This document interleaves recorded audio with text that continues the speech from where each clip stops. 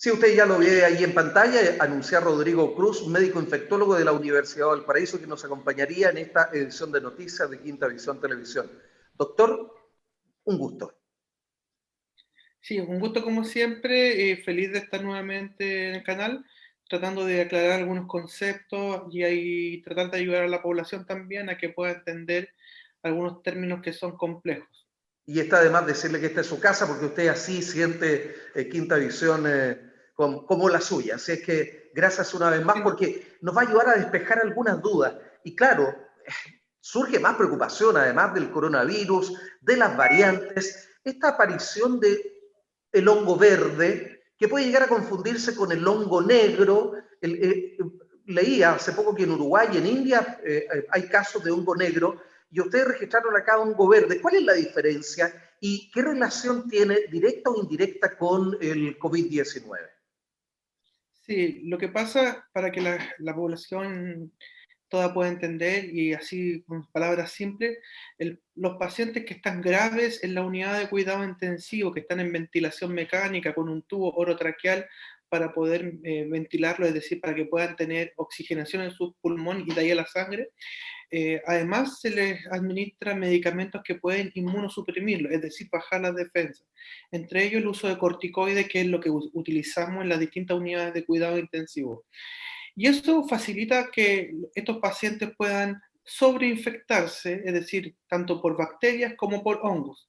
Y dentro de esos hongos hay dos tipos de hongos que para hacerlo bien simple, hongos que denominamos basales o inferiores, que son hongos que crecen muy, muy rápido y que los diagnosticamos principalmente en pacientes muy inmunodeprimidos, por ejemplo, en pacientes con cáncer o en pacientes con diabetes mellitus descompensada.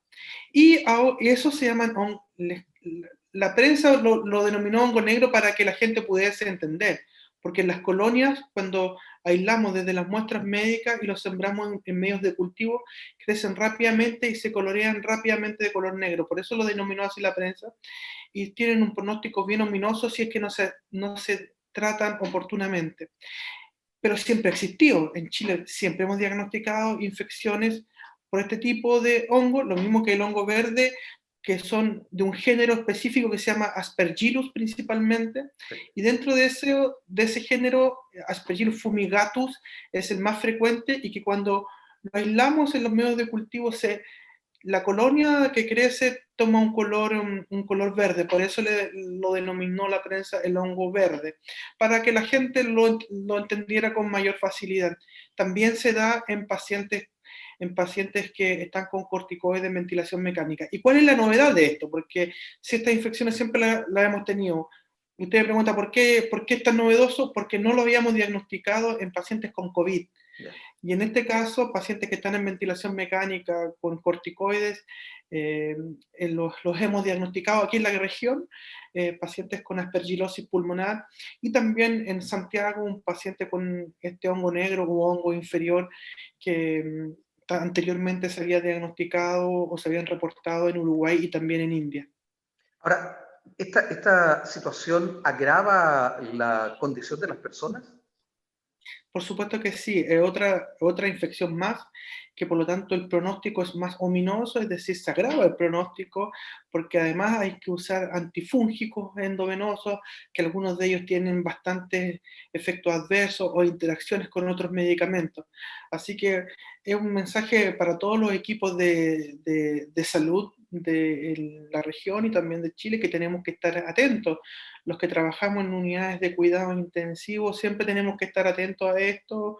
Yo trabajo, como ustedes saben, en la UCI del IST de Viña y Mar y también en la UCI del Hospital de Quilpué, donde paso visita como infectología, y el día de la mañana estábamos discutiendo justamente este tema Okay. en pacientes que están en ventilación mecánica y que se ha prolongado su estadía. Bien, aclarado aquello, en los 2 minutos que nos restan de la conversación, doctor, está complicado el panorama. Sigue difícil la situación y además no solo por el número de contagios, por el elevado número de contagios, la positividad, sino que también por la ocupación de camas UCI. Sin duda, estamos en una situación todavía aún crítica. Eh, tanto en Chile como en la región. Ahora, la realidad en la región misma es muy disímil. Tenemos un número de casos confirmados diarios y de casos activos que han ido en aumento, principalmente en San Antonio, Quillota, Los Andes y San Felipe. El Gran Valparaíso está estacionario todavía o ha tendido a la baja levemente en las últimas 2 semanas. Pero bueno, como usted lo dijo, la ocupación de camas críticas todavía es muy alta, la pandemia sigue muy activa y además todavía tiene donde crecer mucho. Tenemos una parte importante de nuestra población no inmunizada aún con la vacuna o que hayan tenido por lo menos alguna infección, aunque hubiera sido leve, de COVID. Por lo tanto, eso es lo que tenemos que entender. Todavía en nuestro país los casos de COVID pueden crecer mucho porque tenemos mucha población susceptible aún. Así que el llamado a que sigamos cuidándonos, tenemos que seguir usando mascarilla.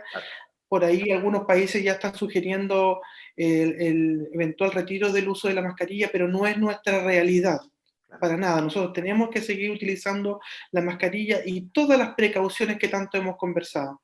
Y por otra parte, la autoridad sanitaria también tenemos que tratar de eh, ser más estrictos, especialmente en la fase 2, tratar de no favorecer las aglomeraciones con contacto puntual, que es ahí donde la gente se está infectando. Muy bien, pues podremos conversar en otra oportunidad de estas 13 nuevas vacunas, ¿no es cierto? Entre ellas la Sputnik, hay una china y no recuerdo de Sí. dónde es la otra. CanSino, que incorpora, ya está aprobada.